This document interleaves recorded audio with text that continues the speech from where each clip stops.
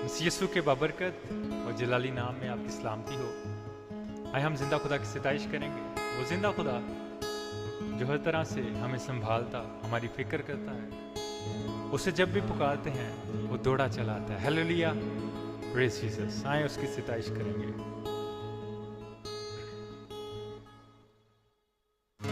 जब मैं पुकारूं तू दौड़े आता है, जब मैं गिरूं मुझे उठाता है।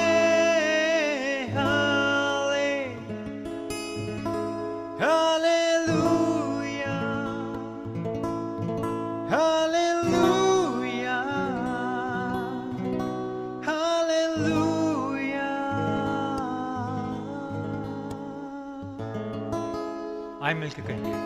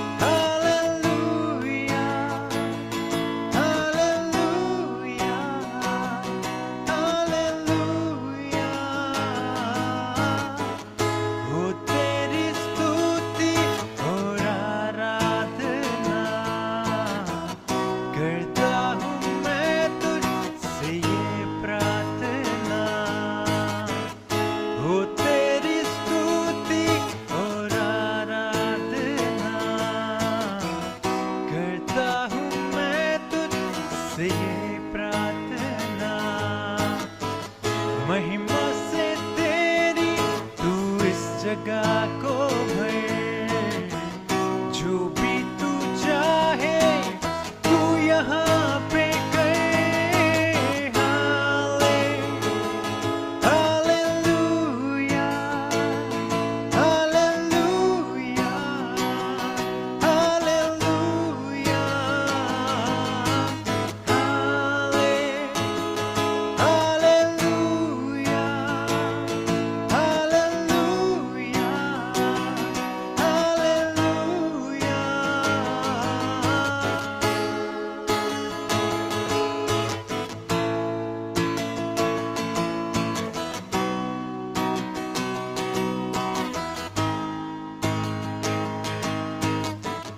करना से तेरी नया दिन दिखाता है।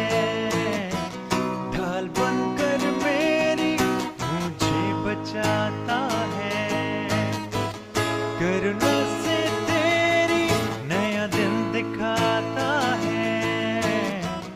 ढाल बनकर मेरी मुझे बचाता है। जब मैं पुकारूं तू दौड़े आता है। जब मैं गिरूं मुझे उठाता है। हालेलुया, हालेलुया, हालेलुया,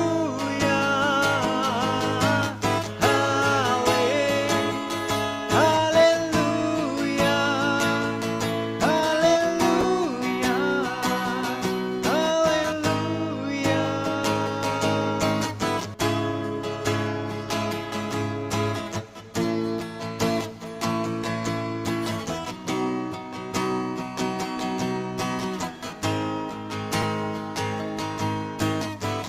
सारे जहां में तुझसा कोई नहीं, तुझको छोड़ कोई प्रभु है ही नहीं। सारे जहां में तुझसा कोई नहीं, तुझको छोड़ कोई प्रभु है ही नहीं। घुटने में टेको बस तेरे सामने, तू है प्रभु, तू मेरा पिता। हाले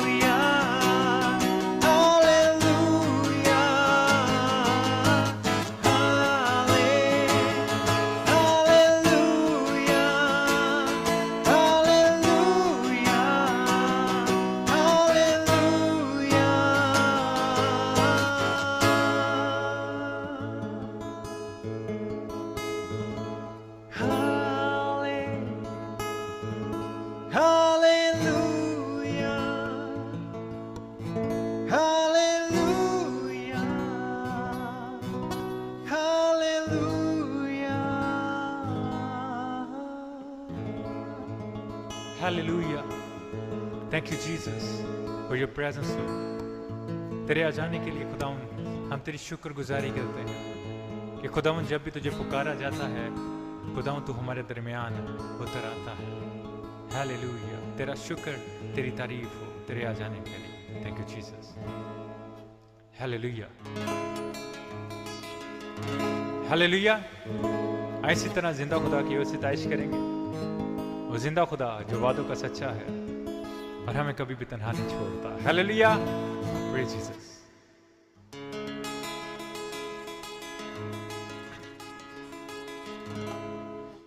तू ही हवाओं का रुख मोड़ दे, जब चाहे तूफान को रोक ले। कहेंगे तू ही हवाओं का रुख मोड़ दे, जब चाहे तूफान को रोक ले। यही है खजाना मेरा मालूम था, यही है खजाना मेरा मालूम था। आओ हम गाएं सारे हालेलुया, आओ हम गाएं सारे हालेलुया। आओ हम गाएं सारे हालेलुया। रूह की खुशी और रूह का मसा। Praise Jesus. खुदा की सताइश करेंगे।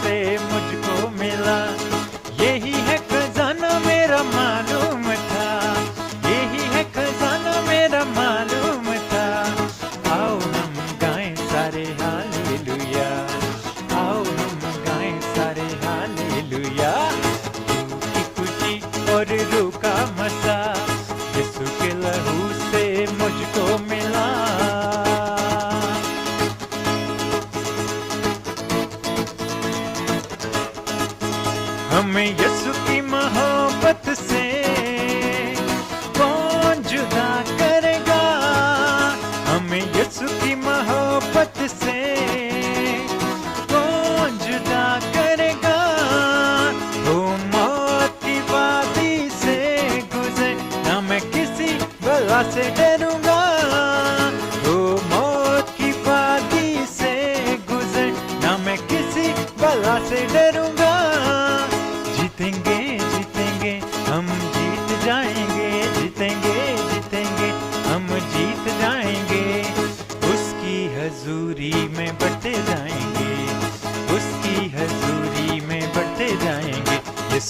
उतरा है यहाँ हम गाएंगे, वो मौजूद है यहाँ हम गाएंगे।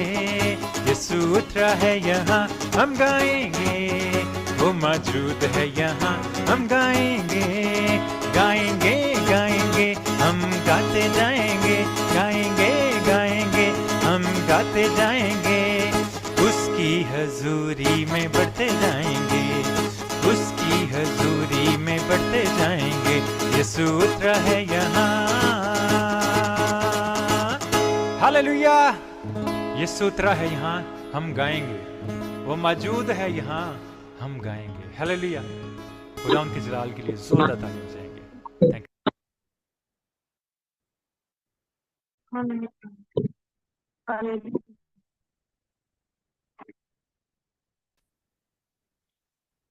जी स्टूडेंट्स, सो लास्ट क्लास में हमने यहाँ तक सीखा था कि जो काजियों का दौर है उसके बाद बादशाहों का दौर या सलातीन का दौर शुरू होता है। और साउल, दाऊद और सुलेमान जो हैं ये वो बादशाह थे जिन्होंने बनी इस्राइल कौम के 12 कबीलों पर हुकूमत की, जिसको मुतहदा सल्तनत भी कहा जाता है। सुलेमान के बाद उसका बेटा जब बादशाह बना तो लोगों ने अपील की कि जो तुम्हारे बाप ने हम पर टैक्स लगाए हुए हैं उनमें कमी की जाए। तो बेटे ने जो है उनकी बातों को नहीं एक्सेप्ट किया, इस वजह से उन्होंने अपने लिए कोई दूसरा बादशाह जो है वो तजवीज दिया। और फिर हमें नजर आता है कि जी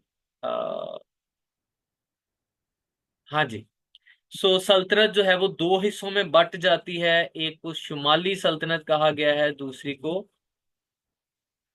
जनूबी सल्तनत। ठीक है। सो एक जो सल्तनत है उसका अलग बादशाह हुआ और दूसरी सल्तनत का अलग बादशाह हुआ। जो 10 कबीलों वाली सल्तनत है उसको इसराइल कहा गया, और जो 2 कबीलों वाली सल्तनत है उसको यहूदा कहा गया। इसराइल की जो सल्तनत है इसका दारुल हुकूमत अगर आप कहें, सॉरी दारुल खिलाफा अगर आप कहें, कैपिटल कहें तो वो सामरिया है। और जो यहूदा का कैपिटल है वो यरूशलेम है। ठीक है जी। सो ये इसका आपको जियोग्राफिकल जो व्यू है वो आपको नजर आता है। अच्छा, इसके बाद क्या हुआ कि ये जो बादशाह थे, ये जो दो सल्तनत थी, ये इनकी आपस में भी लड़ाइयाँ होती थी, आपस में भी कुछ इख्तलाफात थे, आपस में भी इनके जंगो जदल जो है वो हुआ करता था। और जो दूसरे गैर अकवाम, दूसरे ममालिक जो इनके इर्द गिर्द बसे हुए थे, वो भी इन पर हमलावर हुआ करते थे। ठीक है। सो ये वो वक्त था। और इसमें आपको नजर आता है कि इसराइल के जो 10 कबीले हैं उनमें खुदा ने अंबिया को बर्पा किया। और यहाँ चूंकि लोग शरीयत को फॉलो नहीं कर रहे थे, वो गैर खुदाओं की इबादत भी कर रहे थे, गैर खुदाओं को भी मान रहे थे, बजाय इसके कि वो उस खुदावंद खुदा की तमजीद करते जो हकीकी खालिक खुदा है, जो उनको उनके आबाओ अजदाद को मिस्र की गुलामी में से निकाल कर लाया और उसने उनको ये मुल्क दिया, सल्तनत दी कि इसमें रहकर वो खुदावंद की इबादत करें और खुदावंद के नाम को मुबारक कहें। इन्होंने क्या किया कि इन्होंने साथ में गैर मबूद जो हैं, गैर मबूद मैं कहना चाह रहा हूँ कि वो जो दूसरे अकवाम और दूसरे मजाहब के लोग जिन खुदाओं को, देवताओं को अपने खुदा और देवता के तौर पर मानते थे, इन्होंने भी उनको मानना शुरू किया, बजाय इसके कि वो खुदावंद यहोवा पाक खुदा को बतौर एक खुदा उसकी तमजीद और इबादत करते। ठीक है। और इसी तरह से खुदा ने अंबिया को बर्पा किया कि वो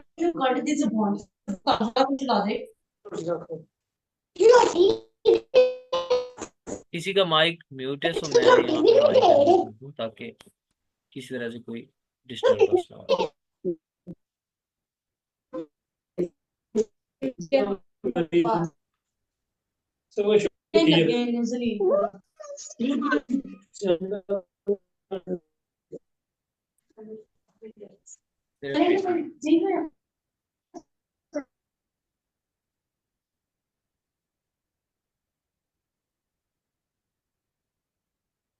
जी। अच्छा, तो इस वजह से क्या हुआ कि एक वक्त आया कि जब अंबिया ने आकर बताया कि अगर तुम खुदावंद की तरफ नहीं मुड़ते, खुदावंद की तरफ नहीं आते, तौबा नहीं करते, शरीयत को फॉलो नहीं करते, तो फिर क्या होगा कि तुम्हें इसके नतायज भुगतना होंगे। और क्या होगा कि फलां मुल्क का जो बादशाह है, फलां हुकूमत जो है, उसका जो सरबराह है वो आएगा और तुम्हें असीर करके ले जाएगा। तो जब इसराइल के लोगों ने, यानी एक सल्तनत जो 10 कबीलों वाली सल्तनत है, उसने जब शुमाली सल्तनत जिसको कहते हैं, उसने जब ना किया, खुदावंद की बात को फॉलो, नबी की बात को रद्द किया उन्होंने, तो क्या हुआ कि असूर का जो बादशाह था उसने हमला किया 10 कबीलों वाली सल्तनत पर और इन्हें अपने साथ अपने मुल्क में असीर करके यानी गुलाम करके ले गया। ठीक है। सो ये तकरीबन जो इसराइल की हुकूमत है या इसराइल की जो सल्तनत है, इनमें इसराइल की बादशाही तकरीबन 250 साल के करीब कायम रह सकी। ठीक है जी, तकरीबन 250 साल के करीब ये कायम रह सकी।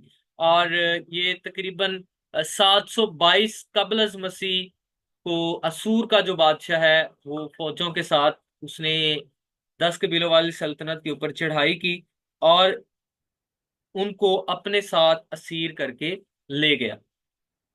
ठीक हो गया जी। उसके बाद फिर यहूदा बाकी रह गया। ठीक है, यहूदा जो है इसराइल की गिराए जाने या इसराइल के हमला होने के बाद तकरीबन ये 150 साल तक ये भी कायम रहा। जब यहूदा जो है उसमें भी यही बदकारी पाई गई, वो शरीयत को फॉलो नहीं कर रहे थे और खुदावंद खुदा को बतौर खुदा इबादत नहीं कर रहे थे, बल्कि उसके साथ वो गैर माबूद जो है उनको भी शामिल कर रहे थे और शरीयत को तोड़ रहे थे। उनमें बदी गुनाह जो है वो शरीयत को तोड़े जाने की वजह से और ज्यादा बढ़ रहा था।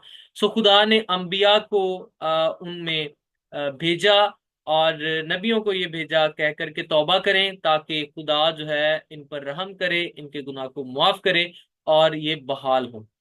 जब नबियों ने मुनादी की, उनको बताया कि तुम जैसा 10 कबीलों वाली सल्तनत के साथ हुआ है, अगर तुम भी बाज नहीं आते तो तुम्हारे साथ भी ऐसा ही होगा और बाबल की जो सल्तनत है वो तुम पर चढ़ाई करेगी और तुम्हें भी असीर करके अपने साथ ले जाएंगे।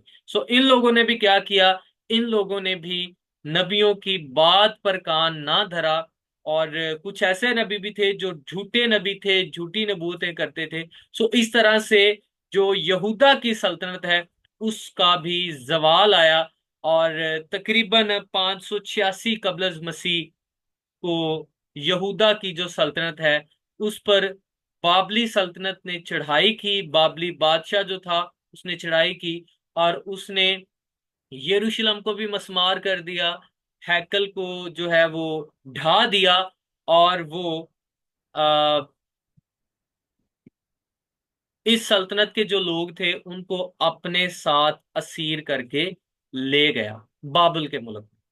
ठीक है। 586 कबल मसीह के राउंड अबाउट जो है ये लोग जो 2 कबीलों वाले लोग थे, इसराइली लोग थे जिनमें यहूदा और बिन्यामीन के लोग थे, ये भी असीर होकर कहां पर चले गए, बाबल की सल्तनत।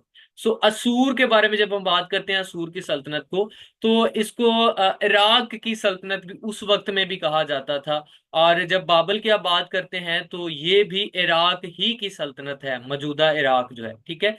बाबल जो है इराक ही का नाम है और असूर भी कुछ लोग कहते हैं कि ये भी इराक ही का नाम है। इसमें कुछ मुल्क जो है उस वक्त और भी शामिल थे, शाम और दूसरे कुछ मुल्क जो है उसमें कहा जाता है कि शायद इसमें मिस्र का भी कोई हिस्सा जो है वो शामिल था। ठीक है जी। असूर के बादशाह ने हमला किया और इसराइल के लोगों को अपने साथ असीर करके ले गया और उसके बाद 150 साल बाद यहूदा का जो सल्तनत है उस पर हमला किया बाबल के बादशाह ने और बाबल का बादशाह इनको अपने साथ असीर करके ले गया और उसने यरूशलेम को, उसकी दीवारों को, फसीलों को ढा दिया और हैकल को भी उसने ढा दिया और मस्मार कर दिया। ठीक है जी। फिर इस तरह से हमें नजर आता है कि बाबल की सल्तनत में लोग असीर होकर चले गए, और वहां पर फिर जो है बाबल की असीरी में ये लोग जो हैं, जो दो कबीले वाले लोग थे, ये 70 बरस इन्होंने काटे। और इन्होंने क्या किया, 70 बरस काटने के बाद खुदा ने अपने वादे के मुताबिक इनको बाबल की असीरी से निकाला, और फिर इनको वापस यरूशलेम में खुदा ले आया। और जब ये बाबल की असीरी में थे तो पहले कुछ साल जो है ये बाबल की सल्तनत की असीरी में रहे। फिर खुदा के मंसूबा के मुताबिक खुदा ने मादियों और फारसियों की हुकूमत, इसको कहा जाता है, आपने सर डॉक्टर तारिक रजा साहब से भी इसको सीखा है। मादियों और फारसियों की सल्तनत जो है उसने खत्म किया बाबलियों की हुकूमत को। और जो इस्राएली लोग थे, दो कबीले वाले लोग, पहले ये बाबल की असीरी में रहे, और अब हुकूमत बदल गई है, हुक्मरान बदल गए हैं, लेकिन लोग अभी भी उसी कैप्टिविटी में हैं, अभी भी उसी असीरी और गुलामी में हैं। सो अब ये पहले मादियों की फिर फारसियों की गुलामी में रहे।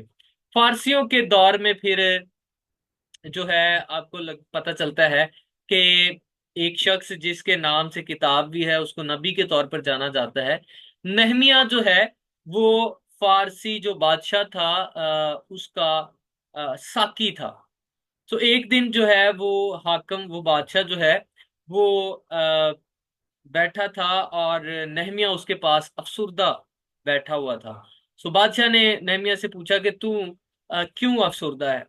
सो नहमिया ने बताया कि मैं जिस सल्तनत से, जिस इलाका से मेरा ताल्लुक है, जिस खुदा की कौम से मेरा ताल्लुक है, वो कौम जो है वो पहले बाबल की असीरी में रही, और बाबल ने हमारे शहर यरूशलेम में जो खुदामंद खुदा का घर था, हैकल थी, उसको मस्मार कर दिया। और अब हम जो हैं वो बाकी जो बच चुके हैं, हम पहले बाबल की असीरी में रहे, अब जो है हम शाह फारस की असीरी में हैं।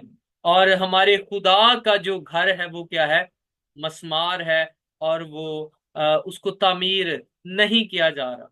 सो उस शाह फारस ने क्या की, इजाजत दी कि नहमिया को कि वो जाकर अपने खुदा का घर जो है वो यरूशलेम में तामीर कर सकता है। सो इस तरह से कुछ लोगों के साथ मिलकर नहमिया जो है, उसने उसमें आपको अजरा काहन भी नजर आता है, आपको जो है जरुब्बाबिल भी नजर आता है। ठीक है। सो इस तरह से बहुत सारे नाम जो हैं उनको खुदा ने खड़ा किया। वो नबी भी हुए, वो काहिन भी हुए, खुदा की तरफ से मुकर्रर करदा लोग हुए।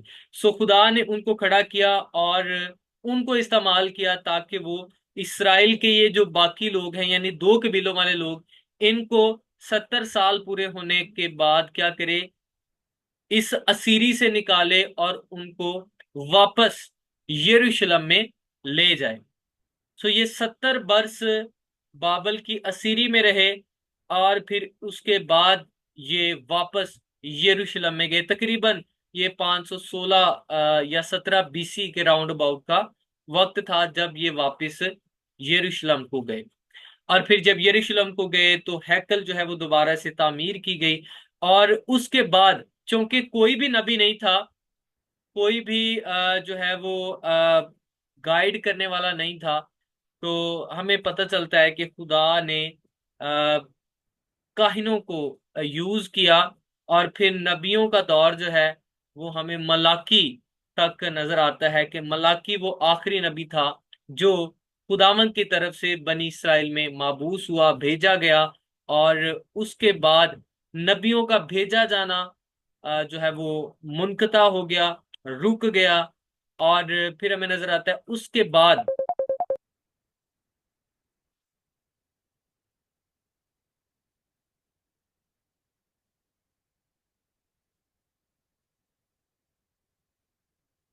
एक मिनट से दीजिएगा मुझे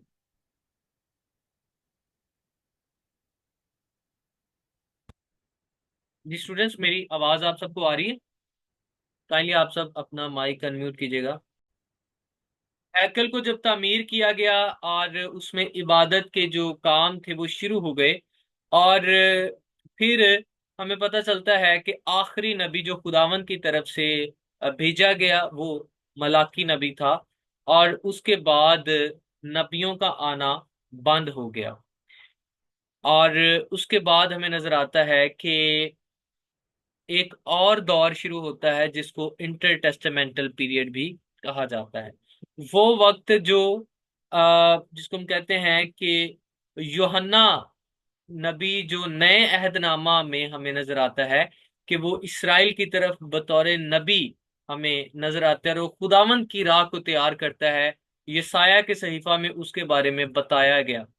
ठीक है, सो वो नबी जो है वो हमें नए अहदनामा के अंदर नजर आता है, मत्ती की इंजील में, यूहन्ना की इंजील में। सो मलाकी से लेकर नए अहदनामे का जो वक्त है, दुरानिया है, दरमियानी अरसा है, इसको कहा जाता है साइलेंट पीरियड भी कहा जाता है और इंटरटेस्टामेंटल पीरियड भी कहा जाता है। ये वो वक्त था जब इसराइल में कोई नबी बर्पा ना हुआ। लोग नबी की तलाश करते हैं, नबी की राह देखते हैं, लेकिन कोई नबी उनमें बर्पा ना हुआ खुदावन की तरफ से। झूठे नबी बहुत से होंगे, लेकिन खुदावन की तरफ से कोई नबी उनमें बर्पा नहीं हुआ। सो अब ये वो वक्त था कि जब लोग चूंकि असीरी से वापस आए थे, तो उनके लिए जरूरी था कि उनको काहिन जो है वो शरीयत की तालीम दे, शरीयत की बातें बताएं।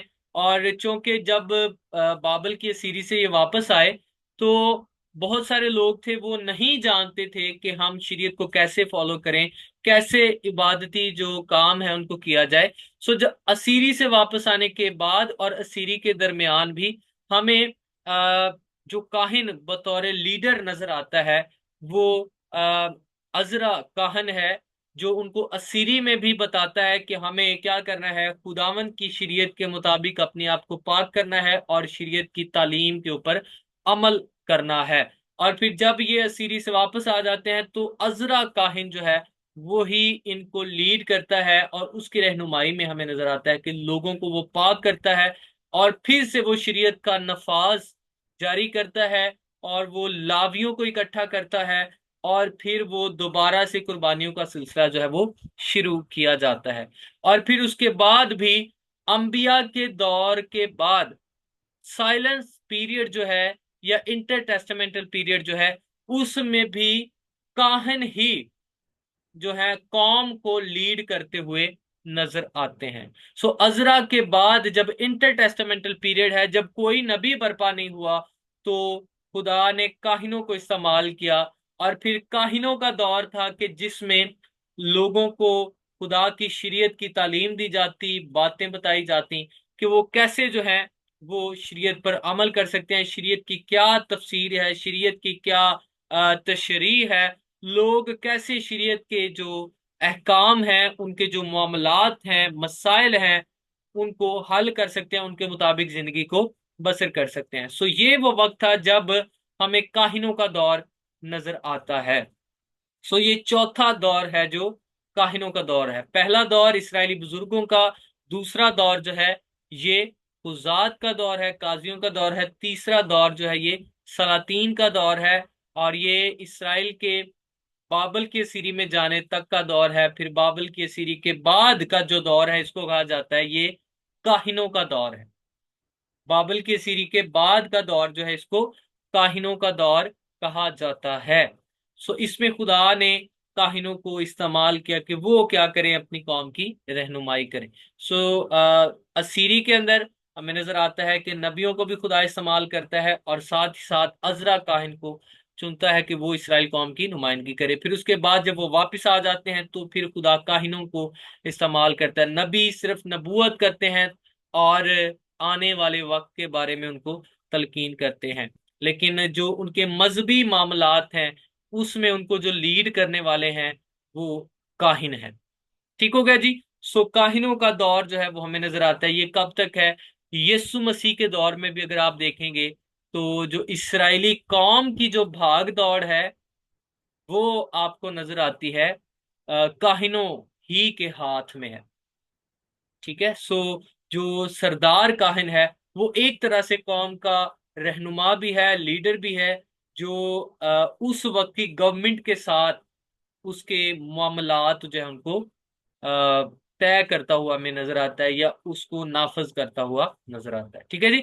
सो जो काहिनों का दौर है इसमें आप देखेंगे तो आपको पता चलता है कि जब बाबर की सल्तनत खत्म हुई तो फारसियों का दौर शुरू हुआ। फारसियों की सल्तनत के खिलाफ एक और बड़ी सल्तनत जो है वो बर्पा हुई, और वो सल्तनत ग्रीक जो एम्पायर है वो थी, यूनानी सल्तनत थी। और उसको लीड करने वाला जो शख्स था, आप सब उसके नाम से वाकिफ होंगे, सिकंदर आजम जो है, उसने क्या किया, उसकी सल्तनत को और ज्यादा वसी किया। और उस वक्त में क्या हुआ कि जो इसराइल की जो जुग्राफियाई हदूद थी वो भी यूनानी सल्तनत के कब्जे में आई। और फिर इस तरह से यूनानी सल्तनत जो है वो बढ़ती हुई हमें नजर आती है। सो यूनानी सल्तनत के अंदर हमें नजर आता है, ये वो साइलेंस पीरियड है, ये 400 साल का अरसा है जिसमें मलाकी से लेकर मत्ती रसूल की जो इंजील है उसका वक्त हमें मिलता है। उसका जो दौरानिया है उसमें काहिन लीड करते हैं, लेकिन गवर्नमेंट जो है, सल्तनत जो है वो हमें बदलती हुई नजर आती है। ठीक है। फारसी और मादियों के बाद गवर्नमेंट कौन सी आई? यूनानियों की। यूनानी सल्तनत आई, और यूनानी सल्तनत जो है वो अपने साथ कल्चर और जुबान को लेकर आई। और फिर उन्होंने अपने कल्चर को, जुबान को परवान दी, उसमें तरक्की हुई। और फिर हमें नजर आता है कि इसराइली लोग जब बाबल की असीरी में गए तो वहां पर उन्होंने अरामी जुबान जो है अडॉप्ट की। और फिर उसके बाद जब वो वापिस आए तो चूंकि कल्चर परवान चढ़ रहा था, इसलिए हमें नजर आता है कि इसराइलियों का एक तरह का जो ग्रोह है, वो लोग, उन्होंने यूनानी जुबान और यूनानी तहजीब को अडॉप्ट भी किया। ठीक है। उन्होंने ये मुनासिब जाना कि ये अच्छा है, इससे क्या होगा कि हमारे जो ताल्लुकात हैं गवर्नमेंट के साथ वो भी बेहतर होंगे, हम उनको समझ पाएंगे, उनके कल्चर को समझ पाएंगे। और उसका एक नुकसान ये हुआ कि उनके मज़हब की जो बातें थी, जो कल्चर के साथ साथ मजहब था, वो भी इसराइलियों में शामिल हो गया। और फरीसियों को कहा जाता है कि उन्होंने इस तालीम को या इस कल्चर को अडॉप्ट करने से इज्तनाब बरता। लेकिन जो सदूकी थे उन्होंने जो यूनानी कल्चर था उसको बड़ी खुशी से एक्सेप्ट किया। इसलिए जब आप देखते हैं तो यीशु मसीह के दौर में भी जो गवर्नमेंट के साथ अच्छे ताल्लुकात जिन लोगों के थे, वो फरीसी नहीं थे, बल्कि वो कौन से थे? वो सदूकी थे। सो अच्छे ओहदों पर जो फाइज लोग थे वो सदूकी थे। ठीक है। सो ये आपको नजर आता है कि इंटरटेस्टामेंटल पीरियड जो 400 साल का अरसा है उसमें जब आपको पता चलता है कि यूनानी हुकूमत थी, तो जिन यहूदियों ने यूनानी कल्चर को अडॉप्ट किया, उनकी जुबान को अडॉप्ट किया, पसंद किया, उन यहूदियों को कहा जाता है हेलेनिस्टिक ज्यूज। ठीक है। तो उन्होंने क्या किया, यहूदी तहजीब को अडॉप्ट किया। लेकिन जो फरीसियों का फिरका था उन्होंने इस बात को रद्द किया। उन्होंने कहा कि ये अच्छी बात नहीं है। सो इस तरह से वो अपने आप को क्या करते थे, फरीसी जो थे वो यूनानी कल्चर के साथ आप कह सकते हैं कि नफरत करते थे। और जारी बात है कि वो लोग जो उन्हीं में से थे, यानी यहूदियों में से ही थे, और उन्होंने पसंद किया यूनानी कल्चर को, वो उनके साथ भी अच्छे तरीके से बर्ताव नहीं करते थे। वो उनको भी समझते थे कि ये मखलूत है, ये इनकी जो सोच है, इनका जो इल्म है, ये क्या है, यूनानी कल्चर में ढल चुका है साथ साथ। सो इस तरह से ये कॉम्प्लिकेशंस भी हमें नजर आती हैं। सो उसके बाद तकरीबन 250 साल कबल मसीह का जो वक्त है, 200 से 250 साल का जो अरसा है, उसमें ये तरक्की हुई कि जो उस वक्त का बादशाह था, एम्परर था यूनानी, उसने कहा कि मैं यहूदियों की तारीख को इकट्ठा करना चाहता हूँ। सो उसने 70 यहूदी बुजुर्गों को मुकर्रर किया। ये वो बुजुर्ग थे जो यूनानी जुबान और इब्रानी और अरामी जुबान के माहिर लोग थे।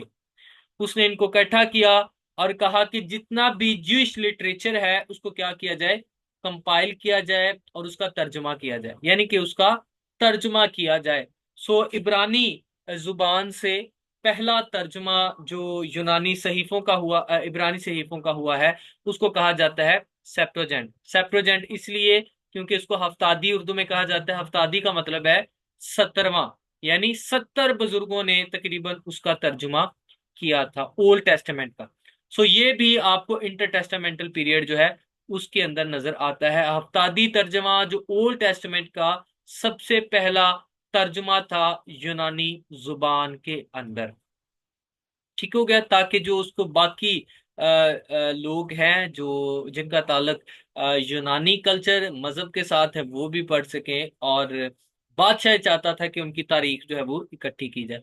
सो उसके साथ साथ कुछ और तारीखी कुतब को भी ऐड किया गया। ये वो कुतब थी जो आपको यहूदा मुकाबी का दौर जो है वो भी नजर आता है। मुकाबी जो है ये इन्होंने भी उस वक्त का जो एम्परर था, जब हैकल के अंदर उन्होंने वो चीजें जो कि खुदा के कलाम के मुताबिक दुरुस्त ना थी वो रखी और हैकल को उन्होंने नापाक किया। तो एक ये जो मुकाबियों का लोग थे, इन्होंने क्या किया, यहूदा के सरप्रस्ती में इन्होंने उस वक्त की जो गवर्नमेंट थी यानी यूनानी हुकूमत का वो एम्परर, वो हाकम जो इसराइल में यहूदा की सल्तनत पर हाकिम था, उसके खिलाफ इन्होंने जंग की और एक वक्त में ये जीत भी गए और इन्होंने फिर हैकल को दोबारा से पाक भी किया। और ये एक जंगजू फिरका भी था ये जो लोग थे। सो लेकिन उसके बाद हमें पता चलता है कि फिर से जो है हैकल और इसराइल का जी ये जो सल्तनत है, ये जो यरूशलेम का इलाका है, यहूदा का इलाका है, दोबारा से फिर यूनानी हुकूमत के अंडर चला गया।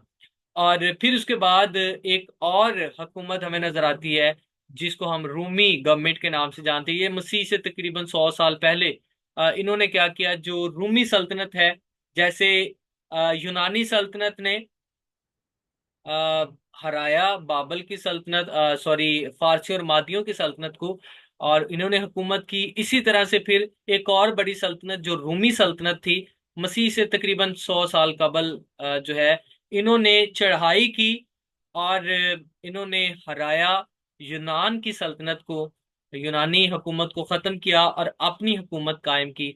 और फिर उसके बाद हमें नजर आता है कि ये सल्तनत जो है वो यीशु मसीह के दौर में भी नए अहदनामा के अंदर भी नजर आती है कि यीशु मसीह जिस अहद में मुजस्सम हुए, इस जमीन पर आए, वो भी हमें नजर आता है कि वो सल्तनत जो है रोमियो की सल्तनत है। जो कैसर है वो रोमियो का बादशाह है। सो ये जो टाइम है इंटरटेस्टामेंटल पीरियड, और उसके बाद यीशु मसीह के वक्त में जो फर्स्ट सेंचुरी है उसको भी अगर आप देखें तो यहूदियों को जो लीड करने वाले थे वो काहिन थे। सो ये ओल्ड टेस्टामेंट को समझने के लिए 4 अदवार को हमें समझना जरूरी होता है। पहला दौर जो है वो इसराइली बुजुर्गों का है, दूसरा दौर जो है वो कुजात का है, तीसरा दौर जो है वो इसराइली बादशाहों का है, और फिर चौथा दौर जो है वो काहिनों का है। ठीक है जी। सो यहाँ तक हमने ओल्ड टेस्टमेंट को जो है इस तनाजुर में सीखा और समझा है, और उम्मीद करता हूं कि आपको यकीनन काफी हद तक ओल्ड टेस्टमेंट की जो आ, लोग हैं, जमाना है, वक्त है, अंबिया, जब आप बाइबल मुकद्दस को पढ़ेंगे, इस इत्तेबार से पढ़ेंगे, तो फिर आपको जरूर बेहतर तौर पर उसकी समझ आ पाएगी।